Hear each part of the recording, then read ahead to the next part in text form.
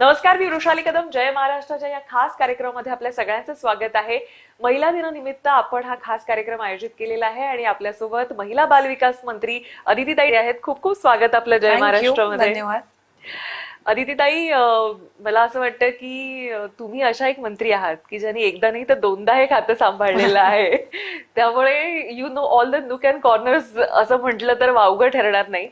पण तुमची मेहनतही दिसते आम्हाला. तुम्ही या खात्यामध्ये खूप काम केलेलं आहे आणि मला असं वाटतं की हे खातं आल्यानंतर आणि लाडकी बहीण हा एक जो उपक्रम चालू केला तेव्हा तुम्ही देखील इनपुट्स दिलेले होते, कारण तो कशा पद्धतीने राबवला जाईल, मुळात ते कसं शेवटच्या माणसापर्यंत पोहोचेल, शेवटच्या महिलेपर्यंत पोहोचेल, हे खरंच एक म्हणजे दिव्य होतं सुरुवातीच्या काळामध्ये. आता ते बऱ्यापैकी सुरू झालेलं आहे आणि आजच्या बजेटमध्ये देखील खास तरतूद करण्यात आलेली आहे. तर अर्थात मी त्यापासून सुरुवात करू इच्छिते की कसं वाटतं. म्हणजे मला आठवतंय ज्या वेळेला आमचे तिन्ही नेत्यांनी म्हणजे फडणवीस साहेबांनी, त्यावेळेला शिंदे साहेब मुख्यमंत्री होते आणि दादांनी ज्या वेळेला ठरवलं, आम्ही खरं तर त्याच्या आधी जवळपास 2 महिने आम्ही त्या संदर्भातला प्रस्ताव तयार करत होतो. त्यांच्या तिघांच्याही सूचना त्याच्यामध्ये घेतल्या, म्हणजे फडणवीस साहेबांच्याही त्याच्यामध्ये सूचना घेतल्या, शिंदे साहेबांच्याही त्याच्यामध्ये सूचना आल्या. अगदी 1500 ही रक्कम का, बर म्हणजे 1100 असावी, 1200 असावी का 1500 असावी, ती त्यावेळेला शिंदे साहेबांसोबत डिस्कस करण्यात आली होती. इम्प्लिमेंटेशन त्याचं कसं असावं बारकाईनं हे फडणवीस साहेबांसोबत डिस्कस करण्यात आलं होतं. आम्ही पहिला त्याचा वयोगट होता तो 60 पर्यंतच होता. बरोबर. पण मग दादांकडे ज्या वेळेला अजितदादांकडे त्या संदर्भातली चर्चा झाली, ते म्हटले की आपल्याकडे ज्या पुढच्या स्कीम्स आहेत वयोश्री वगैरे त्या 65 पासून आहेत. बरोबर. मग ही जर 60 पर्यंत केली तर 60 आणि 65 मधला एज गॅप सुटून जाईल. खरंय. ते गॅप राहील आणि त्या महिलांना मग काहीच नाहीये. मग तो 65 पर्यंत करण्यात यावा 21 पासून. मग फडणवीस साहेबांकडे कुणीतरी म्हटलं की हल्ली म्हणजे एकल मुलींची पण संख्या असते, म्हणजे अविवाहित मुलींची असते, मग ती पण ह्याच्यामध्ये एक समावेश करावी. अशा पद्धतीनं ती म्हणजे एकत्रितपणाने आम्ही ती तयार केली आणि ती झाली. आणि चॅलेंज होतं खूप, कारण इतर राज्यांनी सिमिलर स्कीम्स आणल्या पण त्याचं क्वांटम वेगवेगळं होतं, त्याची व्याप्ती वेगवेगळी होती. महाराष्ट्र हे राज्य लोकसंख्या म्हणून पण मोठं आहे, त्यात महिलांची संख्या 50% अज्युमिंग. त्या 50% मधला 21 ते 65 वयोगट किती येतो त्याचा अंदाज घेणं आणि मग त्याच्यातून ती संख्या किती होईल. साधारणपणे 2-2.5 कोटीच्या आसपास आपण ही संख्या बघतोच आहे. या दृष्टिकोनातून आम्ही त्याचं वर्किंग सुरू केलं आणि त्यावेळेला तिघांचं तर म्हणजे मुख्यमंत्री आणि दोन्ही उपमुख्यमंत्र्यांचं तर एकदम मायन्यूटली गायडन्स होतच, पण सगळ्याच महिला बालविकासच्या यंत्रणेने खूप चांगलं काम केलं. मला आठवतं याच कार्यालयामध्ये आम्ही 3-3, 4-4 वाजेपर्यंत असायचो सकाळच्या. ज्या दिवशी डीबीटी करायचं तेव्हा तर 5-6 वाजेपर्यंत आम्ही इथे असायचो. सकाळी 5 वाजता ती प्रोसेस आम्ही सुरू करायचो. आता जवळपास 2 वर्ष झाली, त्यामुळे खूप स्ट्रीमलाईन झालंय. पण सुरुवात करत असताना पहिलं म्हणजे आपण सगळ्या अकाउंट्स ज्या वेळेला लाभार्थ्यांची कन्सॉलिडेटेड ही आली तर अगदी 1 रुपये पहिलं टाकून 30 अकाउंट आहे का कन्फर्मेशन. खरंय खरंय. ती ड्राय रन आम्ही करून बघितली, ते होतं. मग ती सक्सेसफुल झाली. मग त्याच्यानंतर डीबीटी सुरू केलं त्यावेळेला, म्हणजे इथूनच आम्ही ती सगळी सुरुवात केली होती आणि तिघांचाही खूप सपोर्ट मिळाला. ते नेहमी म्हणजे दादा तर मला नेहमी म्हणायचे, आधी तुम्ही अनाऊन्स केले बजेटमध्ये, जर नाही गेलं तर म्हटलं नाही तसं नाही होणार.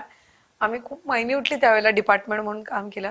अगदी आमच्या तालुक्यातल्या छोट्यातल्या छोट्या अधिकारी असेल तिथला, म्हणजे क्लास 4चा पण अधिकारी असेल, ते क्लास 1चा अधिकारी, अंगणवाडी सेविका, मदतनीस, सुपरवायझर, त्यात इतर विभागाचे पण घटक त्यावेळेला सगळे मदतीला आले.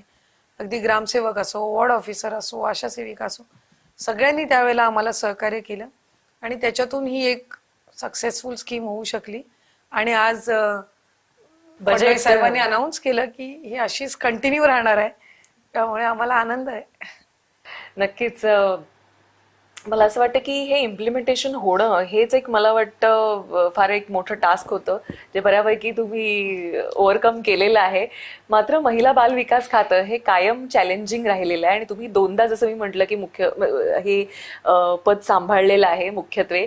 त्यामुळे तुम्हाला ह्यातले कुठे काम अधिक केलं पाहिजे, कारण ह्याच्यामध्ये कुपोषित बालकांपासून अनेक वास्ट आहे. कारण महिला बाल विकास खातं इतकं वास्ट आहे की ते प्रत्येक महिलेशी, म्हणजे महाराष्ट्रातल्या प्रत्येक माणसाशी, प्रत्येक घराशी जोडले गेलेले आहे. तर इथं जेव्हा आपण एखादी स्कीम, म्हणजे कुपोषित बालकांसाठी असो किंवा मातांसाठी असो, अशी मधल्या काळात जी काही राबवली गेली होती सरकारकडून, ती देखील कशी इम्प्लिमेंट करताना चॅलेंजेस आहेत? याच्यामध्ये खूप आम्हाला या 2.5-3 वर्षामध्ये काम करता आलं आणि खूप अशा स्कीम्स होत्या ज्याच्यामध्ये आम्ही आत्ताच्या हल्लीच्या म्हणजे गरजेनुसार त्याच्यामध्ये बदल केले. जसं मनोधैर्य स्कीम आहे, ती आधी फक्त सेक्शुअल असॉल्ट किंवा जे शारीरिक अत्याचार झालेल्यांपर्यंत मर्यादित होते. त्याचं वयोमान पण मर्यादित होतं. ते आम्ही आता बऱ्यापैकी आम्ही ते वयोमानामध्ये पण त्याच्या वाढ केली. त्याच्यानंतर ऍसिड अटॅक्स होतात किंवा घरामध्ये जे स्फोट होतात, गॅस सिलेंडर स्फोट असतील, त्याच्यातून सुद्धा ज्या पीडित महिला असतात त्यांनाही मनोधैर्यमध्ये आम्ही घेतलं. वा. त्याच्यामुळे त्यांनाही खरं तर आज मनोधैर्य म्हणजे काय, तर त्यांचं जे नुकसान झालेलं आहे ते काय आम्ही शारीरिक भरून काढू शकत नसतो, पण मानसिकरित्या त्याच्यातून त्यांना बाहेर काढण्याच्या दृष्टिकोनातून, त्यांना एक सर्वसाधारण जीवन त्याच्या पुढेही जगता यावं या दृष्टिकोनातून जे काही त्यांना एक सहकार्य लागतं तर ते आपण करत असतो. मातृवंदना योजना ही आरोग्य विभागाकडे होती, ती यंदाच्या वर्षीपासून महिला बालविकास विभागाकडे आली.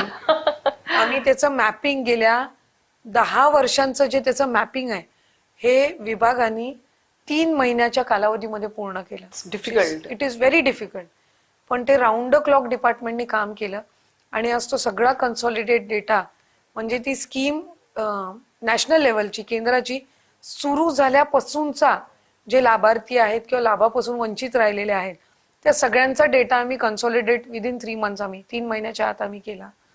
त्यानंतर आईचं नाव बालकासमोर लावण्याचा एक ऐतिहासिक निर्णय घेण्याची संधी या विभागाच्या माध्यमातून मिळाली. कारण त्याच्या म्हणजे अनेक प्रश्न त्यावरही उपस्थित म्हणजे केले गेले की याच्यातून काय फरक पडणार आहे.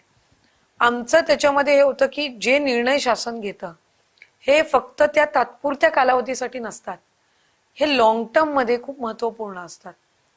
आईचं नाव घेण्याचा निर्णय हा मानसिकरित्या हा खूप महत्वाचा आहे. तिचं सक्षमीकरण एक, आपण ज्या वेळेला इक्वॅलिटी म्हणतो, समसमान म्हणतो, त्या वेळेला तो समसमानता ही कुटुंबापासून सुरू झाली पाहिजे, ही त्याच्या मागची भावना होती. शेवटी आज ज्या वेळेला एक बालक जन्माला येतं त्याच्यामध्ये स्त्री आणि पुरुष हे समान आहेत, हे जर लहानपणापासून रुजवायचं असेल तर तो ज्या वेळेला त्याच्या नावासमोर त्याच्या आईचं पण नाव घेईल आणि वडिलांचंही नाव घेईल, त्याला लहानपणापासून ती भावना तयार होईल की नाही आई आणि वडील सारखे म्हणजे स्त्री आणि पुरुष सारखे. खरं, कारण आपण सगळे त्या पिढीमधून आलोय जिथे काही ठराविक निर्णय आई घेणार, संगोपन आई करणार, संस्कार चुकीचे झाले तर आई, नाही का, पण चांगलं जे आहे ते वडिलांच्या पावलावर पाऊल ठेवून केलं. सो ते दृष्टिकोन कुठेतरी बदलला पाहिजे. आणि आम्ही बघितलं की ज्या वेळेला स्टेजवर उभा राहिलेला लेक किंवा म्हणजे मुलगा किंवा मुलगी आईचं नावासहित नाव घेतात त्यावेळेला तिच्या म्हणजे चेहऱ्यावर जो अभिमान असतो ना, मला वाटतं ती एक फिलिंग तर आपण तिला देऊ शकतो. तिला ती एक हे मिळणं की नाही, ज्याला म्हणजे मी 9 महिने म्हणजे खऱ्या अर्थानं माझे सगळ्या शारीरिक पीडा बाजूला ठेवून सगळ्या सोसून ज्याचं पोटामध्ये असताना सुद्धा संगोपन केलं आणि झाल्यानंतर सुद्धा ज्याला लहानपणापासून मी त्याचं सुरक्षित ठेवलं, संगोपन केलं, संस्कार दिले, त्याच्याकडून चांगला अभ्यास करून घेतला आणि ज्या वेळेला ते मूल स्टेजवर नाव घेतं त्यावेळेला तिला स्वतः कुठेतरी आपल्या अस्तित्वाची एक जाणीव होत असते आणि याचा एक सायकोलॉजिकल बदल हा आपल्याला पाहायला मिळेल. अशा अनेक निर्णय घेतले. त्यामुळे आज आम्ही एकल महिलांच्या संदर्भातलं धोरण जाहीर केलं. खरं, याची पहिली मीटिंग सकाळी 7:45 वाजता सह्याद्रीला अजितदादांच्या अध्यक्षतेखाली वा. झाली होती. आणि त्यावेळेला आम्ही पुणे जिल्ह्याचं एक प्रेझेंटेशन केलं होतं की तिथे एकल महिलांना ज्या सगळ्या वेगवेगळ्या विभागाच्या स्कीम्स आहेत त्या एकत्रित एका छताखाली मिळाल्या तर किती त्यांना लाभ होऊ शकतो. खरंय, बऱ्याचदा स्कीम्स असतात पण ते त्याची त्यांच्यापर्यंत जाणीव पोहोचत नाही. खरंय. सो ते आम्ही सुरुवात केली. आज राज्याचे मुख्यमंत्र्यांनी फडणवीस साहेबांनी अर्थसंकल्प सादर करत असताना एकल महिलांचा राज्याचा डेटा खरं कन्सॉलिडेट करून आम्ही त्याचं धोरण आणणार हे घोषित जाहीर केलं. केलं. त्यामुळे हा खूप महत्वपूर्ण एक भाग आहे पुढच्या दृष्टिकोनातून. कारण सिंगल मदर्स खूप असतात, नक्कीच. विभक्त झालेल्या महिला खूप असतात, विधवा असतात. त्यांना एका छताखाली जर सगळ्या स्कीम्स आपण देऊ शकलो, त्यांच्यासाठी आरोग्य, शिक्षण, आर्थिक सक्षमता जर देऊ शकलो, तर मला वाटतं याच्यापेक्षा चांगलं काम हे कुठलं होऊ शकत नाही. त्यामुळे अशा अनेक बाबी आम्ही करत असतो. आणि महिला व बालविकास विभागाची व्याप्ती वाढवणं आणि त्याच्या स्कीम्स शेवटच्या घटकापर्यंत पोहोचवणं, म्हणजे लाडकी बहीण योजना जितकी पॉप्युलर आहे तितक्याच सक्षमतेने इतर योजना राबवणं, या दृष्टिकोनातून काम करणं हे आमचं उद्दिष्ट आहे. खरं मला ना कधी कधी असं खरंच वाटतं की महिला बाल विकास खात्याच्याकडून लाडकी बहीण आणि अर्थात महाराष्ट्रभर त्याचा लोकांनी अप्रिशिएट केलेला आहे, महिलांनी अप्रिशिएट केले, त्याची परिणिती आपल्याला निवडणुकांमध्ये दिसलेली आहे. पण कुठेतरी त्यामुळे इतर ज्या चांगल्या योजना आहेत ना ओव्हरशॅडो तर होत का, असा प्रश्न कायम पडतो मनाला. नाही, वाटतं कधी कधी आम्हालाही वाटतं. कारण खूप वर्षांपासून अशा काही स्कीम्स आहेत ज्या आहेत सुरू, पण त्याच्यातून खूप बदलही झालेत, पण त्याला तितकी पॉप्युलॅरिटी नाही मिळाली. त्याच्यातून खूप सकारात्मक आपल्यालाही आले. जसे पहिलं, दुसरं, तिसरं महिला धोरण आलं, तेही कुठे ना कुठेतरी धोरणाच्या दृष्टिकोनातून जर आपण बघितलं तर खूप उपयुक्त ठरलेलं आहे. आम्ही 4थं धोरण ज्या वेळेला आणलं त्यावेळेला त्या 3 धोरणांमधले अनेक उदाहरणं तर आम्ही घेतलीच, पण आणखीन ते चांगलं कसं करता येईल हा आम्ही त्याच्यामध्ये प्रयत्न केला. आणि फ्लेक्झिबिलिटी ठेवली त्या धोरणामध्ये. म्हणजे एखादी स्कीम किंवा एखादा निर्णय जर आपण घेतला आणि तो नाही जास्ती इम्पॅक्टफुल ठरला तर त्याच्यामध्ये ऑल्टरकेशन्स आपण करू शकतो, त्याच्यामध्ये आपण बदल करू शकतो, ते जास्ती अंमलबजावणी चांगली प्रभावी होण्याच्या दृष्टिकोनातून. त्यामुळे मला असं वाटतं की जेवढी धोरणं शासनाकडून आता निघतील ती लवचिक असली पाहिजे. कारण आपली अपेक्षा शासनाकडून लोकांची ही बदलत चालली आहे. बरोबर. तर त्या बदलत्या अपेक्षेनुसार आपण जर धोरणामध्ये बदल आणला, इम्प्लिमेंटेशन मध्ये बदल आणला, तर आणि तरच आपण ह्या स्कीम सक्सेसफुल करू शकतो. जसं आता 10 वर्षापूर्वी सोशल मीडियाचा एवढा वापर नव्हता. नक्की. आता आपण बघितलं, मला लाडकी बहीणचं मी डीबीटी उद्या चालू करते त्याच्या आधी सोशल मीडियावर आलेलं असतं, म्हणजे मला झालेले असतात. सहित लिहिलेलं असतं. खरंय, खरंय. सो त्या माध्यमचा आपण योग्य वापर करणं, cyber crime, migration tracking system किंवा ज्या महिला किंवा बालकं हरवण्याचं जे प्रमाण त्याच्या ट्रॅकिंग सिस्टीम्स, ह्या सगळ्या आपण सक्षम करायच्या असतील तर नवीन नवीन गोष्टी आपल्याला त्याच्यामध्ये वापराव्याच लागतील, नवीन नवीन टेक्निक्स वापराव्याच लागतील. आणि ते करत असताना जे काही चॅलेंजेस आहेत किंवा ज्या लोकांच्या अपेक्षा आहेत ह्यामध्ये आपण जर अपडेटेड राहिलो तरच आपल्या स्कीम रेलेव्हेंट राहू शकतात. खरंय, खरंय. आता महिला बाल विकास मंत्री म्हणून तुम्ही 2दा हा कार्यभार हाकत आहात, पण हा प्रश्न राहून राहून नक्कीच येतो की आजही महिलांसाठी राजकारण हे आणि त्यातले चॅलेंजेस हे कमी झालेले नाहीयेत. तर ह्या चॅलेंजेस कडे तुम्ही कसे पाहता? खरं तर मी स्वतः असं म्हणते की महिलांना सगळ्या फील्ड्समध्ये चॅलेंजेस आहेत. कुठलंही फील्ड असो, राजकारण असो, त्या कुठे ऑफिस जॉब करत असो तिथेही त्यांना चॅलेंजेस आहेत. त्याचबरोबर कुठल्याही क्षेत्रामध्ये काम करत असो त्यांना चॅलेंजेस आहेत. जसं उदाहरणार्थ पत्रकारिता आपण धरलं तर फील्डवर काम करताना आपल्या फिजिकल केपेबिलिटीजवर डाऊट्स घेतले जातात. शेवटी काही लिमिटेशन्स आहेत, हे आपण मान्यही केलं पाहिजे, त्यामध्ये काही नाही.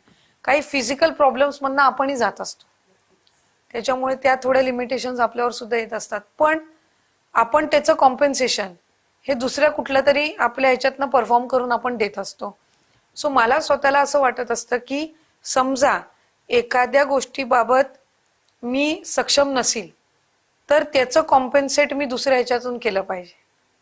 सो आपल्याला आरक्षण म्हणून, आता आमदारकीला तर आरक्षण नसतं, आम्ही सर्वसाधारण जे काही आहे त्याच्यातूनच आम्ही निवडून आलेलो असतो. आता माझ्या समोरचे उमेदवार हे पुरुष उमेदवारच असतात, हो ना. त्यांच्या समोर आम्ही निवडून. पण जेव्हा आपल्याला ही संधी मिळते त्या वेळेला आपण त्या संधीमध्ये काय करतो, आपण लोकांचा दृष्टिकोन आपल्याकडे बघण्याचा कसा बदलतो, ह्याकडे खूप गोष्टी अवलंबून आहेत. मी स्थानिक स्वराज्य संस्थेमध्येही काम केलं, पण मी नेहमी महिलांना राजकारणामध्ये सांगत असते की आपण संघटनेमध्ये काम केलं पाहिजे. म्हणजे आपल्याला ऑलरेडी अंदाज येतो की आपण कुठल्या क्षेत्रामध्ये आहोत आणि ह्याच्या समोरचे काय चॅलेंजेस आहेत. मग जर आपण निवडणुकीच्या राजकारणात पडलो तर एकदा आरक्षित जागेवर एकदा तुम्ही निवडून याल, पण त्या 5 वर्षात तुम्ही काय काम करता याच्यावर तुमचं पूर्ण पॉलिटिकल करिअर हे पुढचं अवलंबून असतं. सो परफॉर्मन्सला आपण जास्तीत जास्त लक्ष दिलं पाहिजे. महिला सरपंच झाली म्हणजे तुझं पुढची टर्म पण मिळेल असं नाही. तू महिला सरपंच पद मिळालेलं असताना आरक्षित जागेवर तुम्ही काम कसं करता, काम इतक्या चांगल्या पद्धतीनं आपण करावं की पुढच्या वेळेला महिला आरक्षण नाही पडलं तरी लोकांनी म्हटलं पाहिजे नाही ती सरपंच झाली. सो आपल्या समोरचे चॅलेंजेस असतात, पण त्याचे सोल्युशन्स पण आपल्याकडे असतात आणि ते सोल्युशन्स आपण शोधण्याचा प्रयत्न केला पाहिजे. मुळात आपल्यामध्ये ही इच्छा असणं की आपल्याला स्वतःचं स्वतंत्र अस्तित्व तयार करायचंय, मग त्याचे मार्ग आपल्याला आपोआप मिळतात. सो चॅलेंजेस कुठल्या क्षेत्रामध्ये नाही आहेत, सगळ्या क्षेत्रामध्ये आहेत. शेवटी त्या असताना how we see at the challenges, हे पाण्याचा ग्लास अर्धा भरलाय का अर्धा रिकामा आहे, खरं आपला दृष्टिकोन असतो. आता 29 मध्ये मला वाटतं की 33% आरक्षण 33% आमची संख्या वाढणार आहे. संख्या वाढणार आहे. पण आतापर्यंत जर पाहिलं ना तर विधी मंडळामध्ये, मग ते वरचं सभागृह असो किंवा खालचं सभागृह असो, विधानसभा असो किंवा विधान परिषद असो, इथं महिलांची संख्या आजही लक्षणीय कमी आहे. या गोष्टीकडे आपण महिला मंत्री म्हणून कसं पाहता? आता ती तर 29ला वाढेल अशा आम्ही याच्यात आहोत. आणि मी स्वतः असं समजते ना की संख्या हा एक भाग आहे, पण जी पण संख्या असेल त्यात आम्ही सगळ्यांनी एकत्रितरित्या महिलांच्या प्रश्नांवर काम करणं आणि सहकारी म्हणून एकमेकांना मदत करणं. आम्ही वेगवेगळ्या राजकीय पक्षांचे असू, आमची राजकीय भूमिका वेगवेगळी असू शकते, पण जिथे प्रश्न महिलांचा येईल तिथे आम्ही एकत्रित आलं पाहिजे. मग 20 असो, 25 असो, 30 असो, डझंट मॅटर.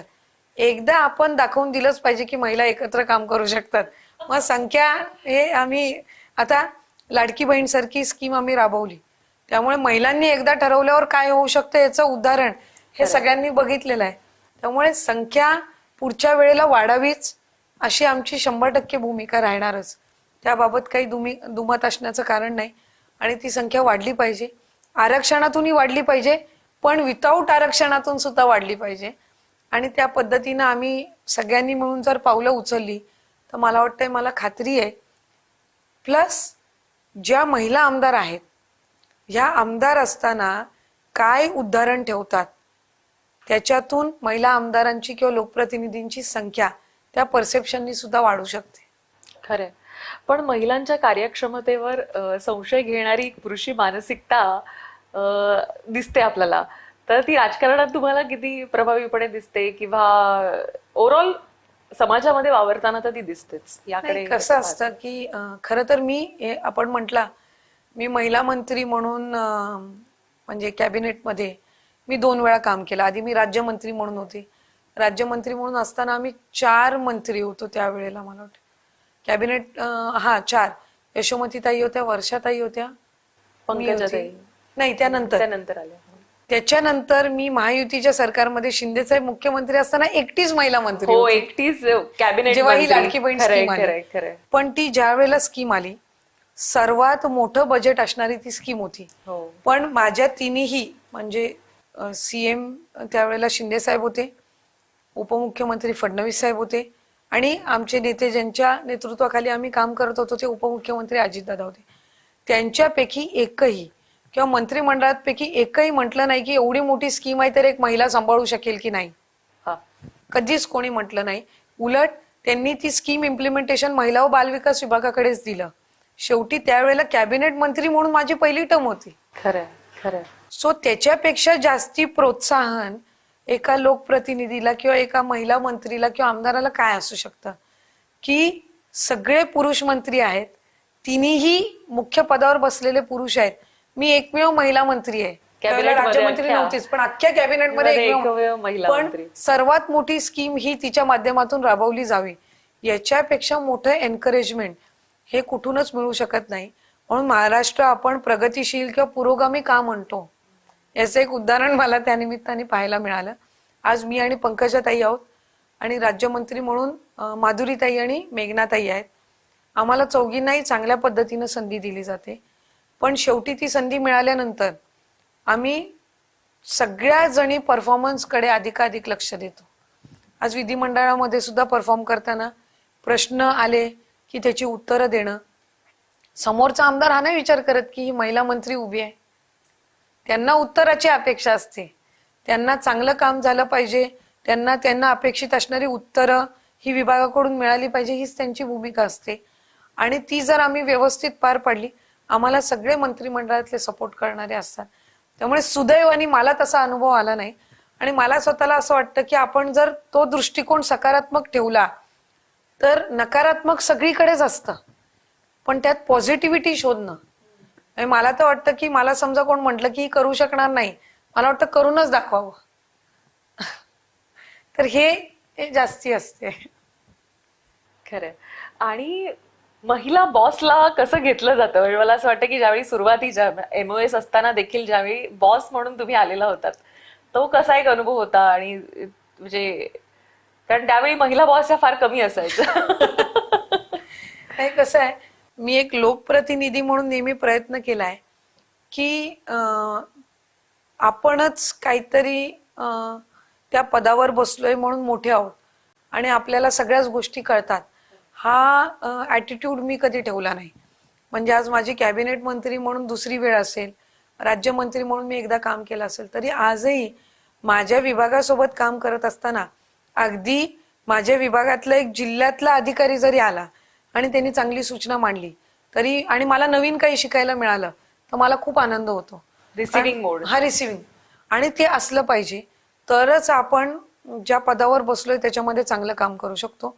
मी अनेक आमदारांच्या सूचनांसाठी, मी अनेक सेवाभावी संस्थांच्या सूचनांसाठी, अनेक सरपंच किंवा तिथं जिल्हा परिषद पंचायत समितीमध्ये काम करणाऱ्या लोकप्रतिनिधींच्या सूचनांसाठी मी फार ओपन माइंडेड असते. अगदी सामान्य याच्यातलं सुद्धा प्रेझेंटेशन करताना चांगल्या सूचना मांडल्या तर आम्ही त्या घेतो.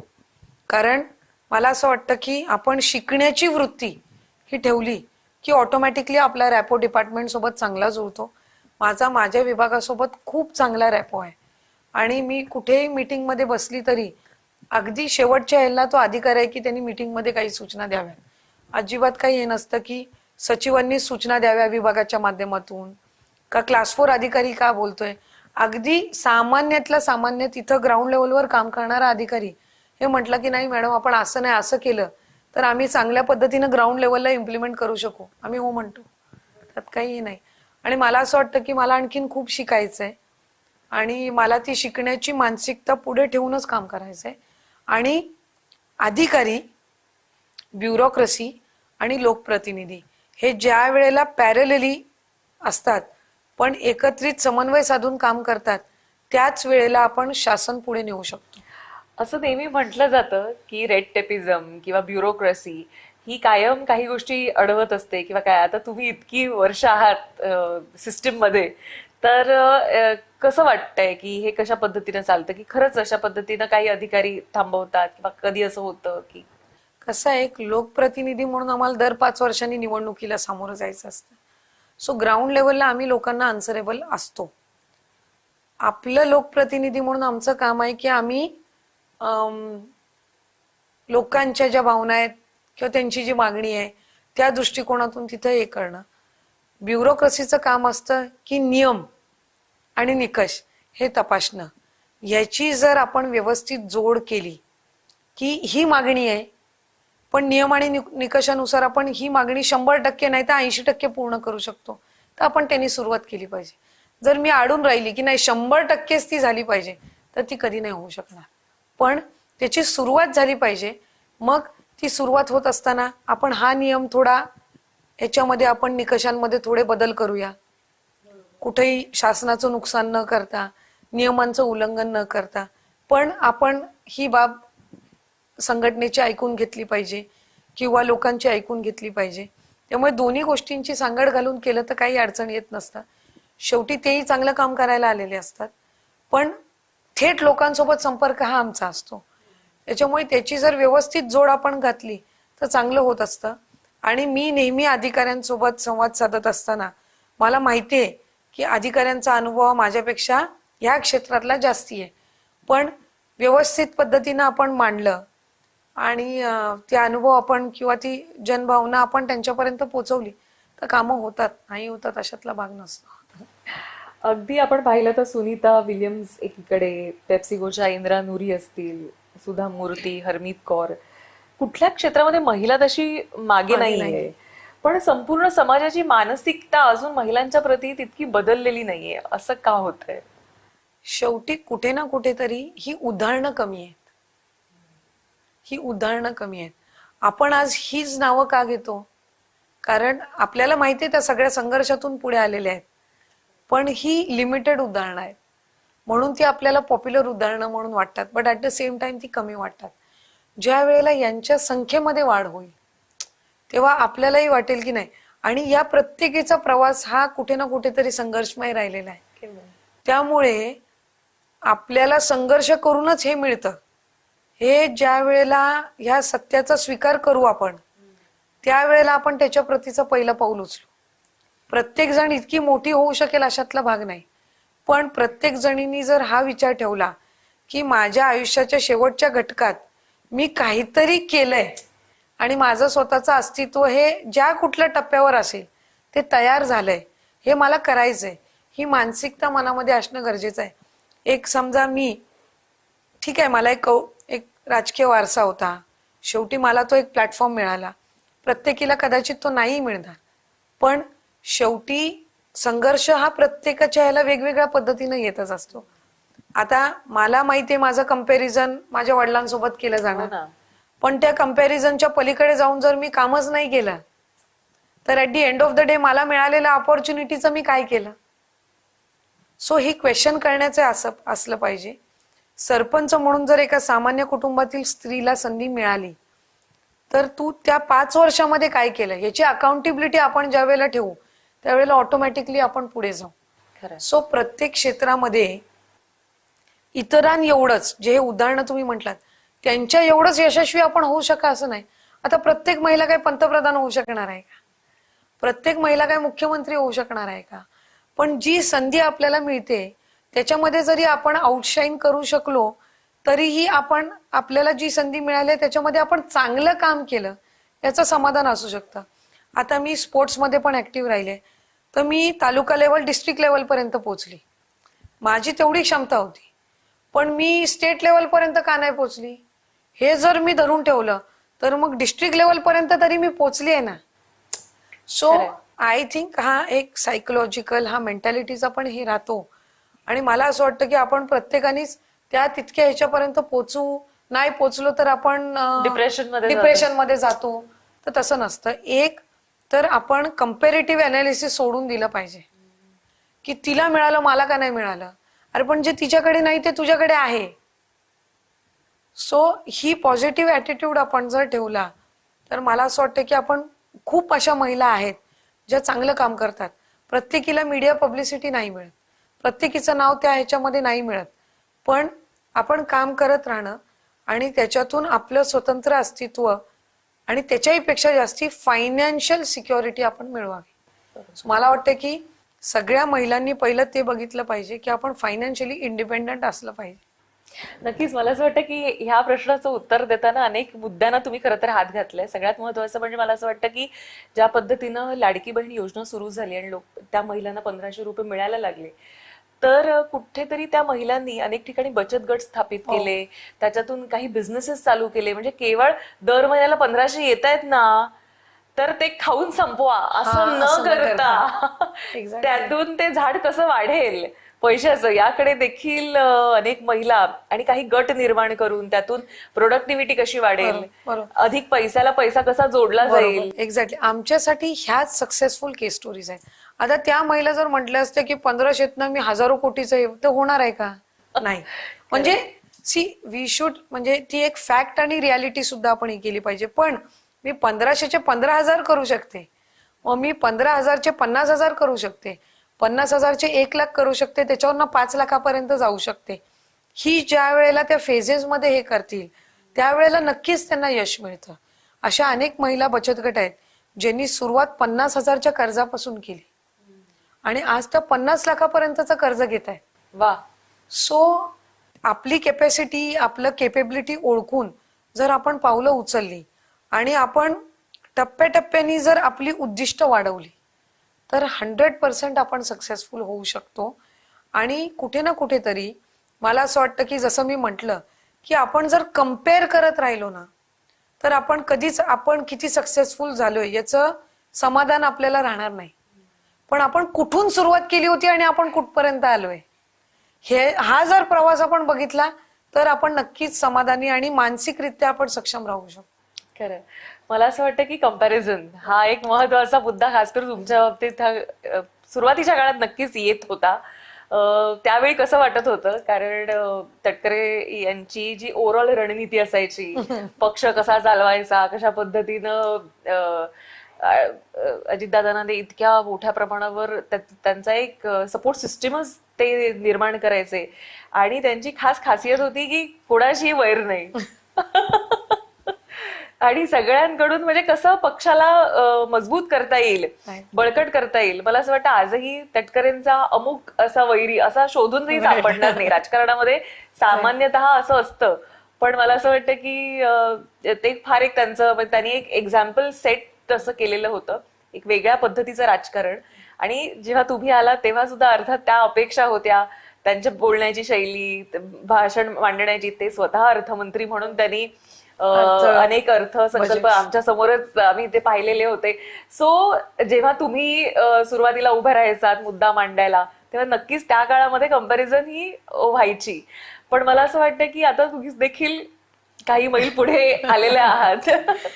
सो मला एक जी नेहमी त्यांच्याकडून शिकायला मिळालं, एक तर ते 15 वर्ष मंत्री असताना मी त्यांचं मंत्रालयातलं कार्यालयही बघितलं नव्हतं कधी. सो असं काही नव्हतं की प्रशासकीय मीटिंग मध्ये वगैरे असे कधी आम्ही त्यांच्या सहभागी नसायचो किंवा काही असं नव्हतं, म्हणजे कधीच राहिलो नाही. पण मी वडिलांना बघत असताना त्यांची मेहनत करण्याची त्यांची तयारी, त्यांची अभ्यासू वृत्ती, भाषेवर असणारी त्यांची पकड, त्यांचं वक्तृत्व, त्याचबरोबर सगळ्यांसोबत असणारा त्यांचा संवाद, संयमी, म्हणजे अगदी फार क्वचित म्हणजे त्यांनी कधी संयम किंवा असं, ते फार काम माइंडेड ते आहेत आणि सगळ्यांसोबत त्यांचे मैत्रीपूर्वक संबंध आहेत. सो ह्या ज्या काही त्यांच्या गोष्टी ते वेळ फार पाडतात, म्हणजे दादांचंही ते होतं, त्यांचंही आहे ते. मी आणखीन थोडं सुधारवण्याचा प्रयत्न करते तो ऍस्पेक्ट. बट त्यांच्याकडून ह्या अनेक गोष्टी मला पाहून शिकायला, म्हणजे असं नाही की मी त्यांच्यासोबत काही फार प्रवास केलाय, शासकीय दौरे केलेले आहेत, म्हणजे मी लोकप्रतिनिधी नसताना काही फार त्यांच्यासोबत दौऱ्यांमध्ये नसायची, मीटिंगमध्ये नसायची, संघटनेमध्ये बिलकुल मी काम केलं. पण तेव्हाही जास्ती मी दादांच्या आणि सुप्रियाताईंच्या सानिध्यामध्ये जास्ती त्यावेळेला त्या संघटनेच्या कामामध्ये राहिली. मी जिल्हा परिषदची अध्यक्ष झाली, मला आठवत नाही एकदाही ते जिल्हा परिषदेमध्ये आलेले माझे वडील, कधी नाही. मला त्यांनी ती मुभा दिली, जिथं तुला अडचण येईल, जिथं तू चुकशील तिथे मी बोलीन, पण काम करणं, परिस्थिती हाताळणं, शिकणं हे आपल्याला जमलं पाहिजे. हे त्यांनी मला, माझ्या भावाला अनिकेत भाईंना सुद्धा त्यांनी सुरुवातीपासून त्या ठिकाणी समजावलं. मला आठवतंय माझं पहिलं ज्या वेळेला मी सभागृहात बोलत होती तर मला बाप क्रमांक, पान क्रमांकांपासून सगळं दादांनी, म्हणजे कारण ते वडील माझे त्यावेळेला खासदार झाले होते 2019 मध्ये, मी आमदार होऊन आलेली होती, तर त्यावेळेला ते शिकवलं. पण माझ्या हातात बोलताना पान दिसलं ते, तर त्यांचा मला नंतर मेसेज आला होता, तू वाचून बोललीस, कारण त्यांच्या हातात कधी चिठ्ठी नसायची बोलताना. मी म्हटलं इतकं मायन्यूट ऑब्झर्वेशन. तर मी त्यांना म्हटलं मला तो हळू कॉन्फिडन्स येईल, पण सभागृहात शेवटी आपण बोलतो तर कुठली गोष्ट चुकता कामा नये ह्याच्याकडे त्यावेळेला माझं लक्ष जास्ती होतं. त्यामुळे ते मला थोडं शिकण्यामध्ये कालावधी जाईल, तर ते झालं. पण ग्रॅज्युअली मलाही म्हणजे शेवटी आपण त्या ह्याच्यावर बसल्यानंतर आपण इम्प्रोवाइज करत जात असतो.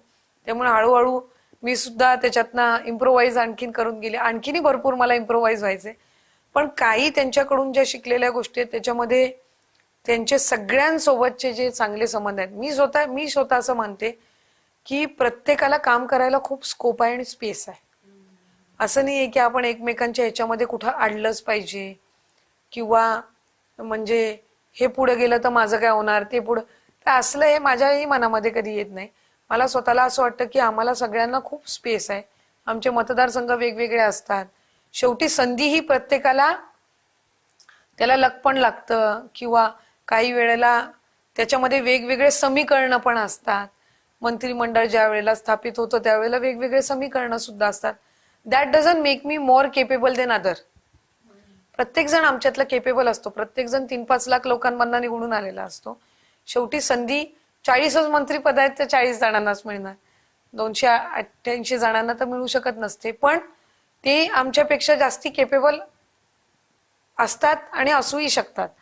पण मी स्वतः असं मानते की मला सगळ्यांसोबत चांगलं संवाद साधलेला आवडतो. सगळ्यांसोबत त्याच पद्धतीने जसे माझ्या वडिलांचे सगळ्यांसोबतचे चांगले हितसंबंध राहिले तसे मलाही जोपासायला खूप आवडतात. आणि मला नवीन नवीन गोष्टी प्रत्येक सदस्याकडून शिकायला खूप आवडतात. म्हणजे मला त्याच्यामध्ये काय अगदी हे नाही वाटत. एखादी गोष्ट कोण म्हटलं की नाही आदिती हे तू असं नाही, असं केलंस तर जास्ती चांगलं होऊ शकतं, तर मला उलट आवडतं ते. मी असं ते म्हणजे असं कमीपणा किंवा असं हे म्हणून काही घेत नाही. उलट त्यांना वाटतं की हे असं नाही तर असं केलं तर आपण चांगलं होऊ शकतं, तर आपण ते करून बघावं. नक्कीच. आणि जसं मगाचा जो विषय होता कम्पॅरिझनचा, तर मला असं वाटतं की एक असं आहे का खरंच की ज्यांची पुढची पिढी राजकारणामध्ये येते त्यांना जरा अधिक आव्हानं असतात? असतात असतात आहे की नाही? कारण काय की एक तर कम्पॅरिझन, डिरेक्ट कम्पॅरिझन होत असतं. सो कॉन्स्टंटली तो प्रेशर असतो की कम्पॅरिझन आपलं होणार आहे. एक आता समजा उदाहरणार्थ माझं सांगायचं तर आता तुम्ही आणि मी आपण इंटरव्ह्यू मध्ये बसलोय. या कालावधीमध्ये माझ्या मतदारसंघातून जितके फोन येऊन गेले असतील मिस कॉल, तर स्वाभाविकरित्या त्यांनी मला कॉल केल्यानंतर मी नाही उचलले तर वडिलांना कॉल करतात. हा. म्हणजे ताईंना फोन लावला होता आदितीला पण तिने उचलला नाही म्हणून आम्ही तुम्हाला फोन लावला. मग माझ्या वडिलांचा रात्री येतो की तू हे 4 फोन उचलले नाहीयेस. मी म्हटलं इंटरव्ह्यू मध्ये होती. अशा ह्या बारीक सारी गोष्टी असतात. पण ज्या कार्यपद्धतीनं आपली आधीची पिढी राहिलेली असते ती साधारणपणे कार्यपद्धत आपली असावी अशा अपेक्षा असतात साधारणपणे.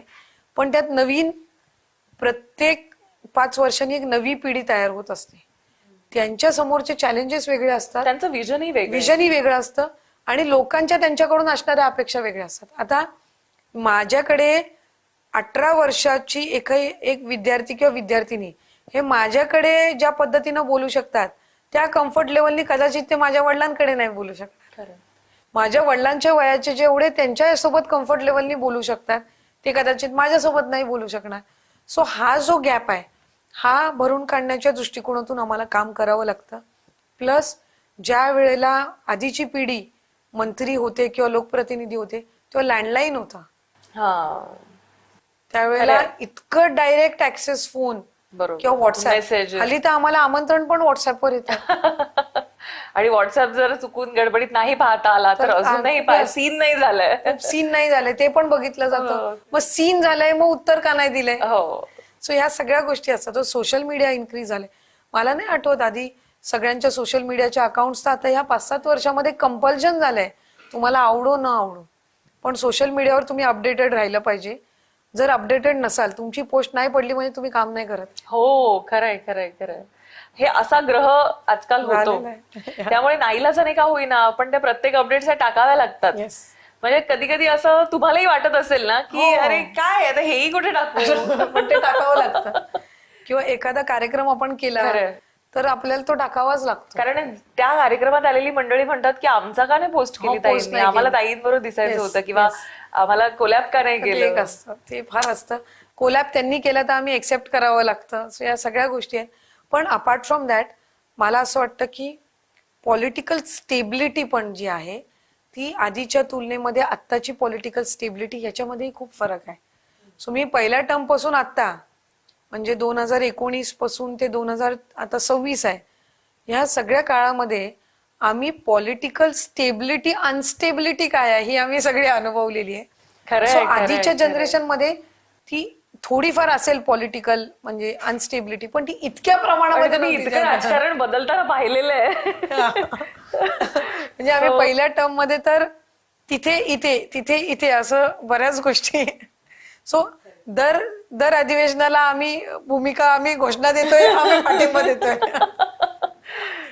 खरंय. पण मला असं वाटतं की जसं मी म्हंटल की एका काळानंतर जरी तो वारसा असेल किंवा काही असेल तरी स्वतःला सिद्ध करावंच लागतं. हो. आणि लोकांकडून सुद्धा ते आपल्याला दिसतं त्यांच्या डोळ्यातून की दे हॅव एक्सेप्टेड यू. अगदी अगदी. म्हणजे तुम्ही पहिली तुमची निवडणूक ही तुमचा जो राजकीय वारसा असेल त्या नावानी किंवा त्या लेगेसीनी होऊ शकते, पण त्याच्यानंतर तुम्ही परफॉर्म कसं करता त्याच्यावर तुमची दुसरी टर्म अवलंबून असते. त्यामुळे मला वाटतं सेकंड टर्म ही फार क्रुशल असते, कारण 5 वर्षाचा कालावधी तुम्ही पहिलं 5 वर्ष काम करून झालेलं असतं. ते पसंत आहे का नापसंत आहे, लोकांनी तुम्हाला म्हणजे स्वीकारलंय का नाही स्वीकारलंय हे कळून तुमची दुसरी टर्म समोर येत असते. त्यामुळे पॉलिटिकल लेगेसी, राजकीय वारसा हा तुम्हाला पहिली संधी देण्यामध्ये कदाचित सोपा राहू शकतो, पण त्याच्यानंतरच्या तुमच्या राजकीय प्रवासामध्ये तुम्ही काम कसं करता, स्वतःला लोकांना सिद्ध करावं लागतं. लोकांच्या पसंतीस तुम्हाला पडावंच लागतं. सर्वात अवघड परीक्षा ही निवडणूक असते, कारण तुम्ही थेट निवडणुकीत असता.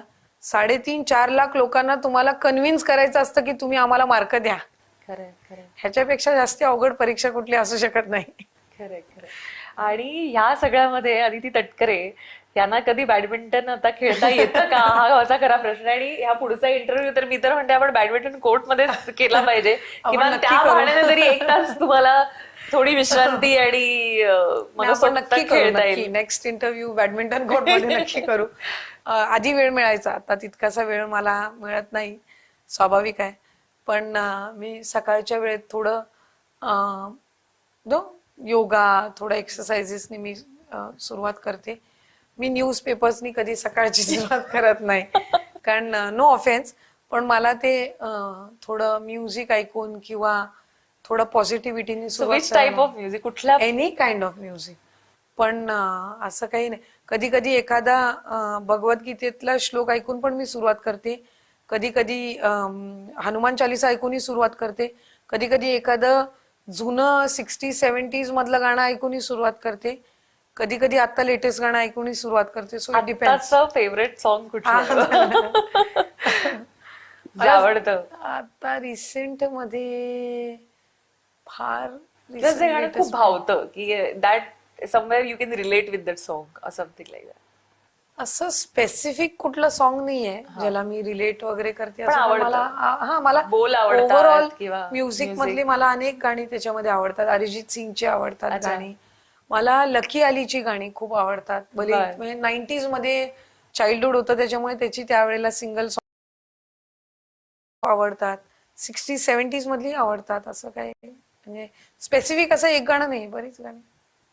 सो अरिजित सिंगचं असं कुठलं आता गाणं असं तोंडावर आहे आणि 2 ओळी बोलू शकाल ना? हा नाही, I can't say. मी खूप चांगली लिस्नर आहे, मी फार चांगली आय कांट सिंग. आणि शेवटचा पिक्चर कुठला आहे पाहिलेला थिएटर मध्ये? तो शेवटचा मूवी थिएटर मध्ये बघितलेला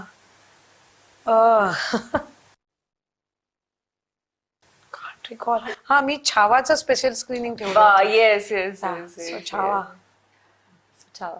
आणि फॅमिली सोबत आठवतंय शेवटचा, म्हणजे maybe before entering to politics? Holiday movie movie or तेव्हा हॉलिडे? बघायचो. अच्छा. तेव्हा फार मूवी मी बघायची. मी, माझी वहिनी स्नेहा, माझी मम्मा आणि भाई, आम्ही बऱ्याच मूवीज सोबत बघायचो. मी पप्पांसोबत पण काही मूवीज त्यावेळेला आम्ही बघितलेले. म्हणजे मला आठवतंय जोधा अकबर मूवी आम्ही बघायला का गेलेलो, का? त्याचं सेट जे आहे ते नितीन देसाईंनी केलेले होते कर्जत मध्ये. Right, so my father really wanted to watch it, की त्यांनी सेट म्हणजे एवढं भव्य दिव्य कसं भव्य केलंय. दिव्य. तर ते मूवी आम्ही त्यावेळेला बघितलेलं होतं, रिलीज झालं तेव्हा फॅमिली सोबत. त्याच्यानंतर मी आणि भाई आणि आम्ही बरेच मूवीज सोबत बघितल्या. आत्ताचा लास्ट मी बघितला होता तो आय थिंक छावाच होता, कांट रिकॉल. त्याच्यानंतर मला आठवतंय ये जवानी हे दिवानी अच्छा. री रिलीज झाला होता. सो मी अच्छा. काढलेले त्याचे तिकीट्स मी बघायला गेली, पण अर्धी मूवी बघितली आणि काहीतरी आला आणि ऍड लेफ्ट. री रिलीज झाला होता तो ओ. त्यावेळेला. आता हल्ली 6 महिन्यापूर्वी तो री रिलीज झाला होता, पण तो मला कम्प्लिटली बघता नव्हता आला. पण छावाची मी स्क्रीनिंग ठेवली तेव्हा सगळे आलेले होते स्क्रीनिंग साठी आणि it was very nice. Inox मध्येच तिथे. आयनॉक्स मध्ये ठेवली होती. राईट. आणि लास्ट हॉलिडे इफ यू कुड रिमेंबर. लास्ट हॉलिडे आता मी खरं तर खूप म्हणजे जिल्हा परिषदचे अध्यक्ष झाल्यानंतर मी आमदार झाली, राज्यमंत्री झाली, त्याच्यानंतर परत कॅबिनेट झाली, तिथपर्यंत माझी एकही ट्रिप झाली नव्हती. त्या सहा तो मॅसिव्ह लाईक खूप मोठा गॅप होता माझ्या. Are you a traveller? I like travelling. अच्छा. मला नवीन नवीन ठिकाणी जायला फार आवडतं. आम्ही आता रिसेंटली सगळे लंडनच्या स्टडी टूरला गेलो. हा हा हा. कसा होता तो अनुभव? तो चांगला होता अनुभव. मला असं कळलं की तिथं लेक्चरच भारी होतं. बराच काळ हा केवळ लेक्चर ऐकण्यामध्ये लेक्चर ऐकण्यामध्ये गेला. पण आम्ही फॉर्च्युनेटली आहे ना, यंग लॉट खूप होता त्याच्यामध्ये, सो आम्ही प्रश्नही तितकेच विचारत होतो. सो चांगला होता. पण नेक्स्ट टाइम मे बी अजून तो यू कॅन एक्सप्लोर. येस, तो ते फार आहे. पण मला वाटतं की आमदारांमधली बॉन्डिंग त्याच्यामुळे वाढते. येस. त्याच्यामध्ये अक्रॉस द सीन्स आपण पार्टी. म्हणजे ते ना एका बिग बॉसच्या ह्याच्यासारखं असतं ना, तुम्हाला एका लॉट सोबत ठेवलेलं असतं. So that gives you more time. Right. एकमेकांसोबत आणखीन संवाद करायचा. बिग बॉस सारखं वाटत होतं. नॉट एक्झॅक्टली, पण ते वेगवेगळ्या वृत्तीची माणसं किंवा वेगवेगळ्या पठडीतल्या, वेगवेगळ्या बॅकग्राऊंडची आणि पक्षातली, विचारधारेची, वेगवेगळ्या विचारधारेची, वेगवेगळ्या पक्षातली ओपिनियन्स वेगवेगळी असतात. विधान परिषदचे सदस्य त्याच्यामध्ये असतात, त्यांची आव्हानं वेगळी असतात. सभेची त्यांच्यात आणि आमच्यात अनेक कम्पॅरिझन होत असतात. हो ना. सो ते चांगलं असतं मला वाटतं. बरं, महिलांना काय संदेश द्याल? हा अगदी शेवटचा प्रश्न. मी तर महिलांना आपल्या माध्यमातून जागतिक महिला दिनाच्या शुभेच्छा देईन. मला स्वतःला असं वाटतं की महिलांनी नेहमी हा प्रयत्न केला पाहिजे की त्यांचं स्वतःचं अस्तित्व निर्माण व्हावं. अगदी ती म्हणजे गृहिणी असो किंवा ऑफिसमध्ये काम करणारी महिला असो, घरकाम करणारी महिला असो, कुठल्याही स्तरावरची असो, पण तिने स्वप्न पाहावीत आणि ती स्वप्न पूर्ण करण्याचा त्यांनी प्रयत्न हा केला पाहिजे. सगळेच तुमची साथ देणार नाहीत. सगळ्याच गोष्टी काही तुमच्या म्हणजे आपण म्हटलं मनासारख्या होतील असं नाही. काही वेळेला आपल्याला काही गोष्टी सोडूनही द्याव्या लागणार. पण एक आपण वृत्ती किंवा एक इच्छाशक्ती ठेवली पाहिजे की मी स्वतःला ज्या वेळेला आरशामध्ये बघीन त्यावेळेला मला मी दिसली पाहिजे. मला वाटतं की ते इंटेन्शन सगळ्यांनी ठेवलं पाहिजे. खरंय. म्हणजे स्वतःला शोधा, स्वचा शोध घ्या महिलांनी, असा एक सुंदर संदेश महिला बाल विकास मंत्री अदिती तटकरे यांनी दिलेला आहे. खरंच आज तुम्ही इतका वेळ आम्हाला दिलात आणि वेळात वेळ काढून आमच्याशी छान गप्पा मारल्यात आणि खूप काही जाणून घेता आलं खात्याबद्दल आणि अनेक योजनांबद्दल ज्या आतापर्यंत तितक्या हायलाईट होऊ शकलेल्या नव्हत्या. अनेक कारणं असू शकतात त्यामागे, पण मला असं वाटतं या निमित्तानं त्याच्यावरही एक ओझरता का होईना पण प्रकाश ज्योत आपल्याला टाकता आला. आणि पुढचा इंटरव्ह्यू जो आहे तो बॅडमिंटन कोर्टमध्ये आहे. So stay tune for that. आणि आज वेळ दिल्याबद्दल अनेक धन्यवाद आणि तुम्हाला देखील महिला दिनाच्या खूप खूप थँक्यू. धन्यवाद. आता वेळ झालेली इथेच थांबायची, पण तुम्ही कुठेही जाऊ नका. पाहत राहा फक्त जय महाराष्ट्र.